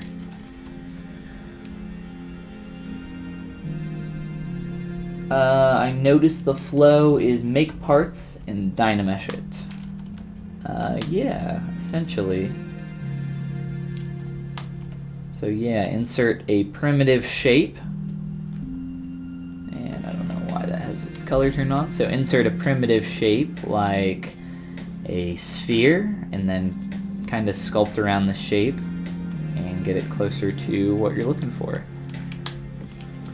And segmenting these forms into kind of the basic shapes that we need. So like the feet, I just repurposed the leg and threw it down here real quick, not too hard. But yeah, we're gonna keep going here. In a nutshell, that's right.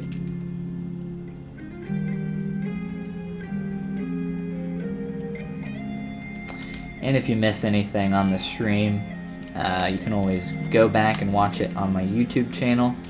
Everything that I stream gets uploaded on there. And then there are a bunch of other videos that I have on there as well. But yeah, this is my typical workflow when I'm working on a more stylized character. I like to create my base shapes as separate subtools is the correct terminology for ZBrush. And from there, you know, I'll combine my parts and get things closer to that finished level.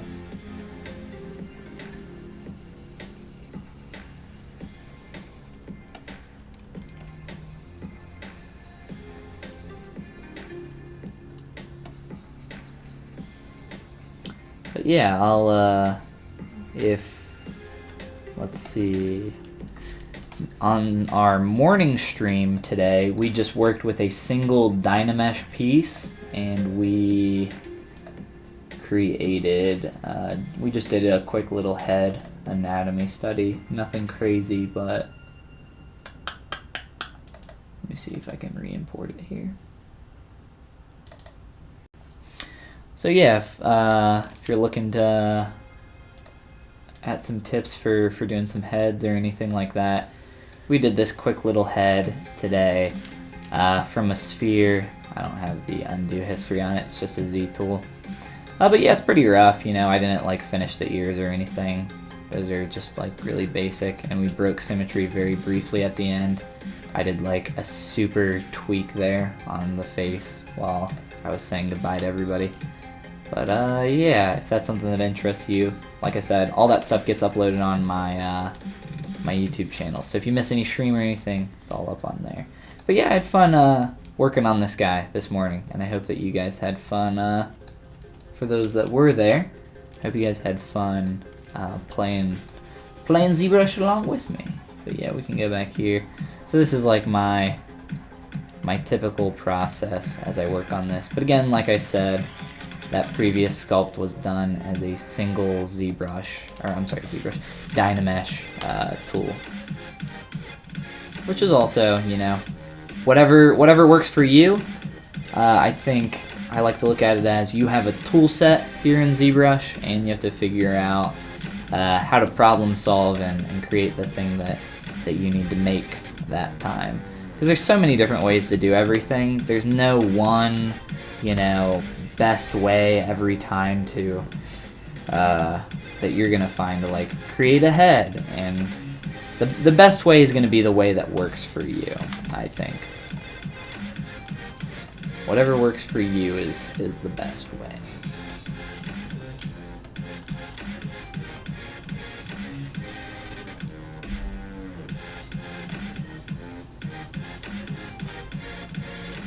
I'll test this out. I assume you're talking about the geometry splitting. Cool, man. Yeah, definitely try it.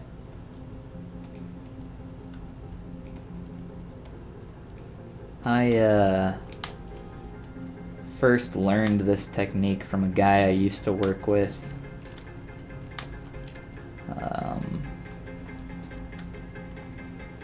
Can't remember his last name off the top of my head, or else I would shout him out so you guys can check out some of his work. But he's an awesome sculptor. He's a really cool guy. His name was Chris. Can't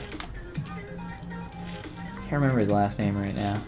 I can look it up for you guys though and give him a shout out on the next stream. Yeah, he's a great sculptor. But yeah, I saw him doing something pretty similar to this.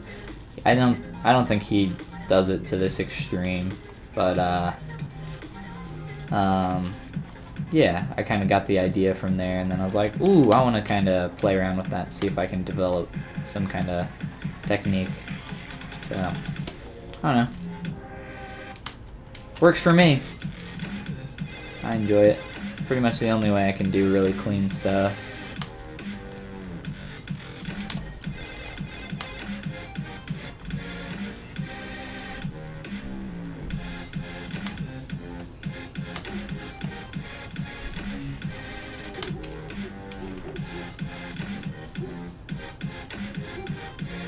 You have ZBrush R4.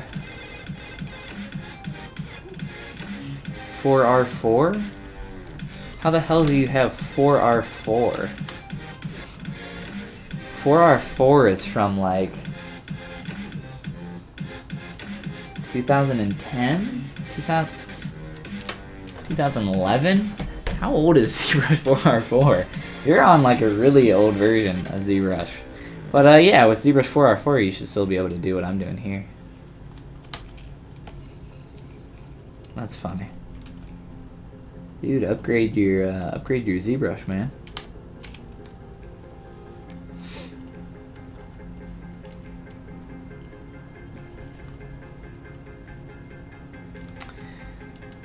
I'm trying really hard right now to take my time with this basic head shape and really find these proportions. This shape is like, it's almost like an anime style head, not quite. It's really rounded at the top though.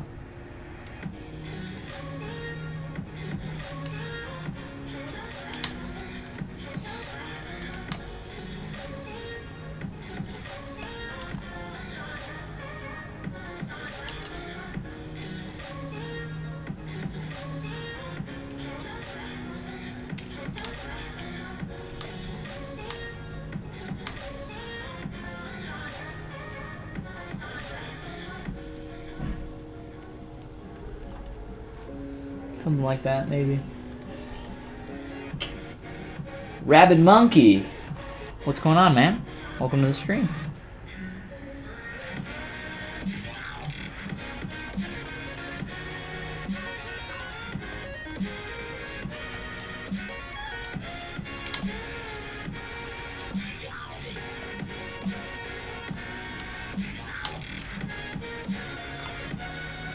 try to adjust our transition between our ribs.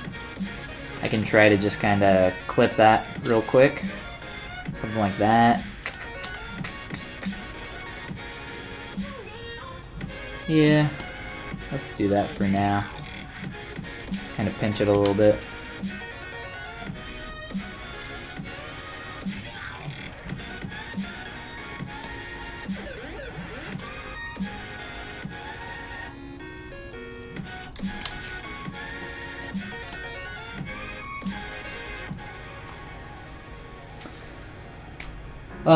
Been lurking? Yeah, don't worry about it. There are currently 5 people watching. We had a lot more there for a second, but everybody left. Everybody said he's boring. That's no big deal.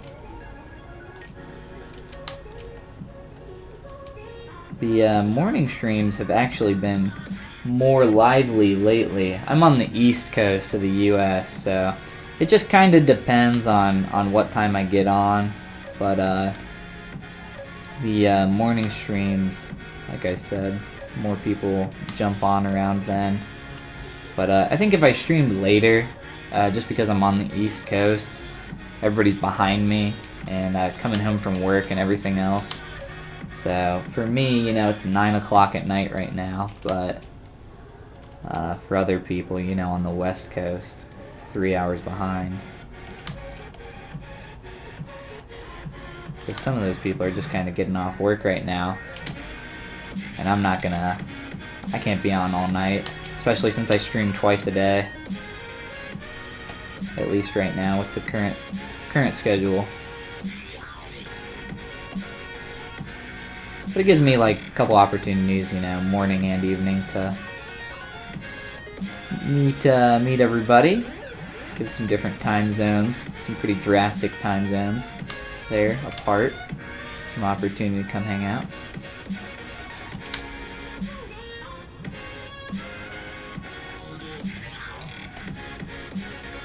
But yeah, if people are around later, I might just start streaming later in the morning and evening. So do more of an afternoon and then late night stream. Just kind of depends on when people are available.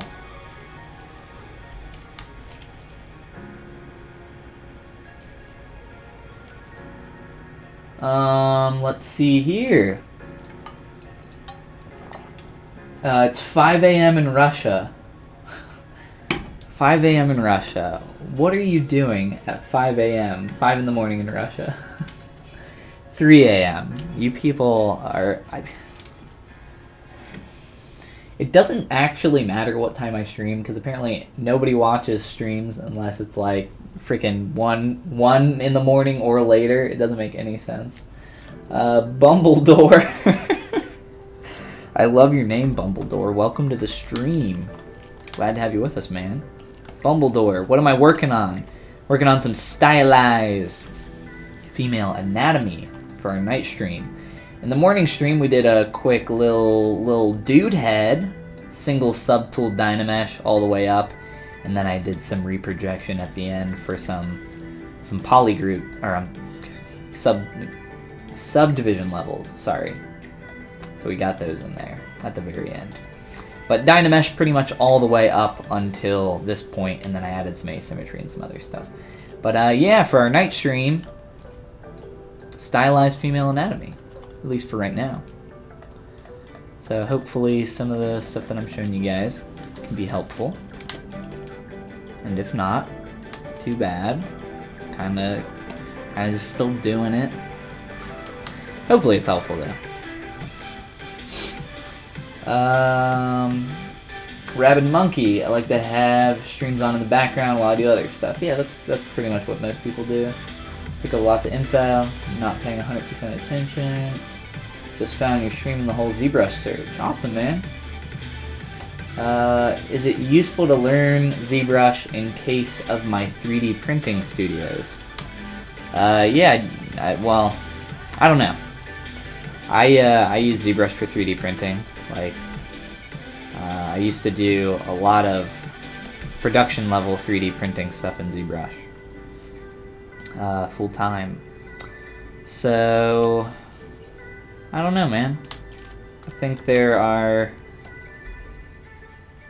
You know, if you're just going to use it for 3D printing, I would say no. I would say it's not worth it. Not worth just learning for that. It's a pretty complex tool set to learn just for 3D printing. I don't think you're going to be very happy if you attempt to just like pick up ZBrush and figure out the 3D printing tools, because really there's no like just 3D printing tools in ZBrush. It's like the whole suite, and you have to kind of understand how these tools work together. So I would say probably not for something like that. But I mean, if it's something that you want to learn, go for it, dude. Bunch of tutorials on my YouTube channel, which I think you're watching on YouTube. So yeah, if you want like a quick start guide, I happen to have made one of those. Go to my YouTube channel, go to playlists, and go to How to ZBrush. It's like 13 quick little videos on all the basics to get you up and running in ZBrush as quick as possible. There's a bunch of tutorials online. I think a lot of them are really outdated, and I think a lot of them show off a lot of tools that really people don't use too much anymore. A lot of people come on and ask me why I don't use Z-spheres. I'm like, I don't know, because Z-spheres aren't necessary. I don't know, Z-spheres suck. I think Z-spheres suck. I'm sorry, I don't like Z-spheres. I like this. I like just doing this a lot more. Look how much cleaner it is, and faster, and cleaner.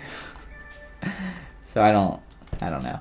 Z-spheres work fine if that's what you do, but they just don't work fine for me.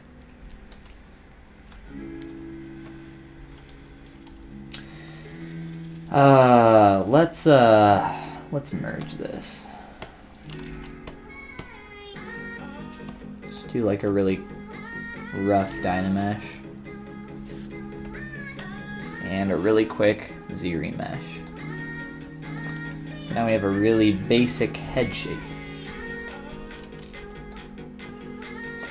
Now with this really basic head shape here, what I want to do is use this to kind of measure my character a little bit. I want to work on the back a little bit more on this too. Been looking at the front for a while. Nice butt you made, by the way. It took, I think I've spent like all of 5 seconds on this. It's just 2 spheres that I gave two move brush pulls on and a little indent. No reference. I just know my butts. I look at my butt a lot in the mirror. So guys, this is pretty much my butt. No, I'm just kidding. Yeah, not too hard. Just kind of splitting up some geo there. So yeah, let's look at our head and use it as a measuring tool. Got some dudes in your studio working on Blender, Fusion 360. You want to try something on my own? Yeah, man. I don't know. Check out those tutorials, like I said, and if it floats your boat, keep going with it.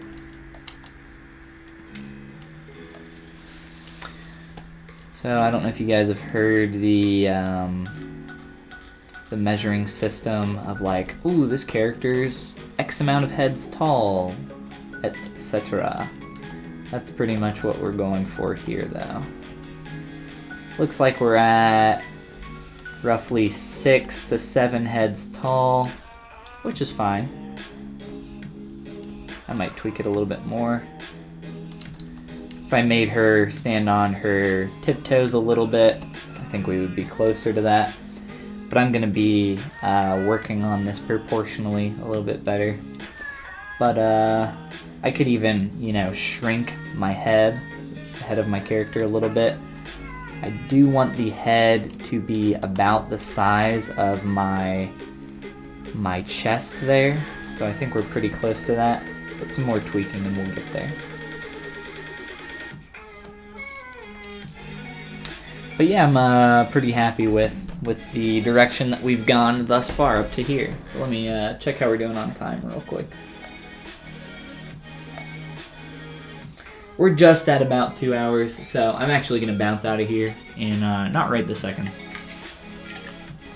But I'm going to play around with this like proportionally a little bit more, and if you guys have any questions while I do that, please shout them out now before I head out.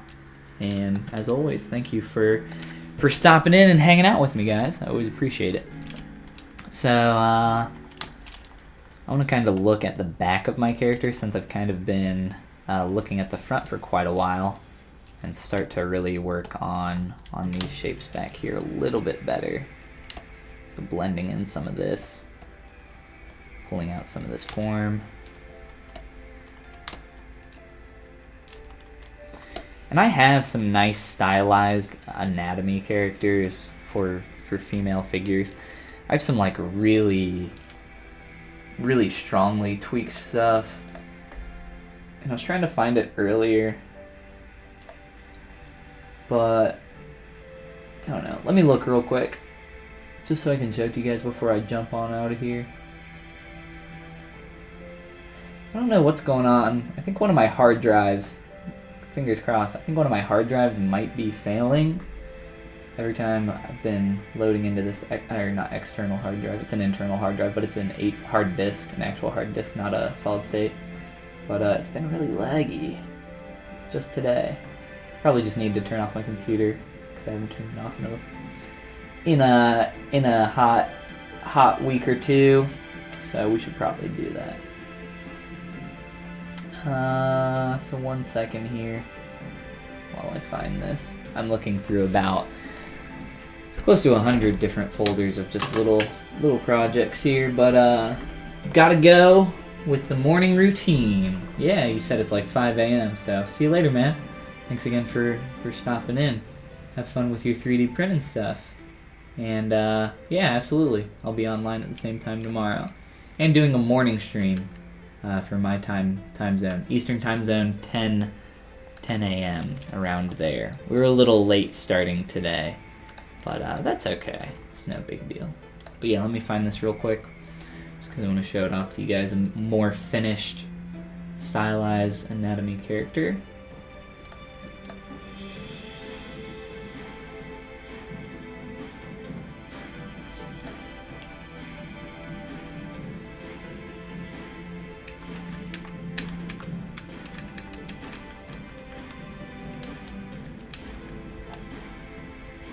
Ooh, I just saw it. I was scrolling very quickly, and then it disappeared. Let's do a search, if I can remember what I named this.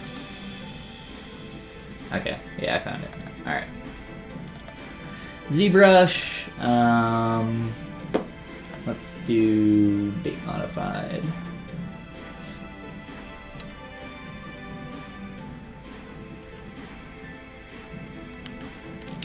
I can turn off a bunch of stuff on this.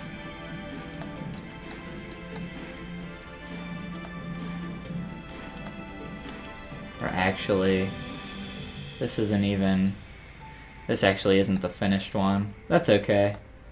I think you guys can get the idea here of tweaking some of this. Let me turn off that color there. But yeah, just really strongly tweaked. And then I was really happy with the forms that I was getting in the back, playing with some of this, just creating some separate subtools for that. That was a lot of fun. So this is like pretty strongly tweaked, like I said, but I have a more finished version somewhere. That's pretty much just an idea of some of those stronger tweaks, like I said. This isn't quite nearly that far. This is a lot more closer to realistic proportions, I guess you could say. Ah, Reg! Oh shoot, you missed it. That's okay, man. It all gets uploaded on the channel, so don't feel too bad. Yeah, I don't know, man. I don't know if this is it. This is still the split version. I do have a version of this where it's all blended together. I don't know where it is off the top of my head. But yeah, I think you guys kind of get the idea here. Again, this one is closer to more realistic proportions than that. That was exaggerated quite a bit. But yeah, we'll keep going with this. Let me go ahead and save this out. We'll just tune female 1. Sure. Alright guys, so I hope some of this was helpful for you. Remember Rag and everybody else that is kind of popping in here at the end. If you did miss anything, after this is done streaming, it'll take just a couple hours and be up on the channel for you guys to view the entire thing. So it all goes up on there, youtube.com/Follygon if you're watching somewhere else. And then I have a bunch of other little tutorials and stuff like that you can check out. But yeah, I think that's a good place for us to stop, show off some other things real quick there instead of working on the back. But yeah, hope to see you guys tomorrow in the morning stream. That'll be at 10 a.m. EST, and our night stream tomorrow, which will be about the same time that we're going right now, so around like 7 to 9 p.m. Eastern time zone. So yeah, come hang out and check that out. And I want to give a shout out to my Art Anonymous little podcast that me and my buddy Daryl have been recording as well. If you guys haven't seen that, we've been having a lot of fun playing around and just kind of experimenting with some different things. We actually just recorded an episode this past Friday, the new episode, and the audio on it got completely destroyed. So that really sucks, but we'll record another one so that there's another one, another new episode for you guys on Thursday, and we'll just kind of keep experimenting and playing around with that. But yeah, I hope you guys check that out. It's called Art Anonymous. There's 3 episodes, I think, that are already up on my channel, if you guys are interested in checking that out. But yeah, again, hope to see you in the next stream. Thanks again for hanging out, and I hope you guys have a great rest of your day. So see you in the next one, guys. Later.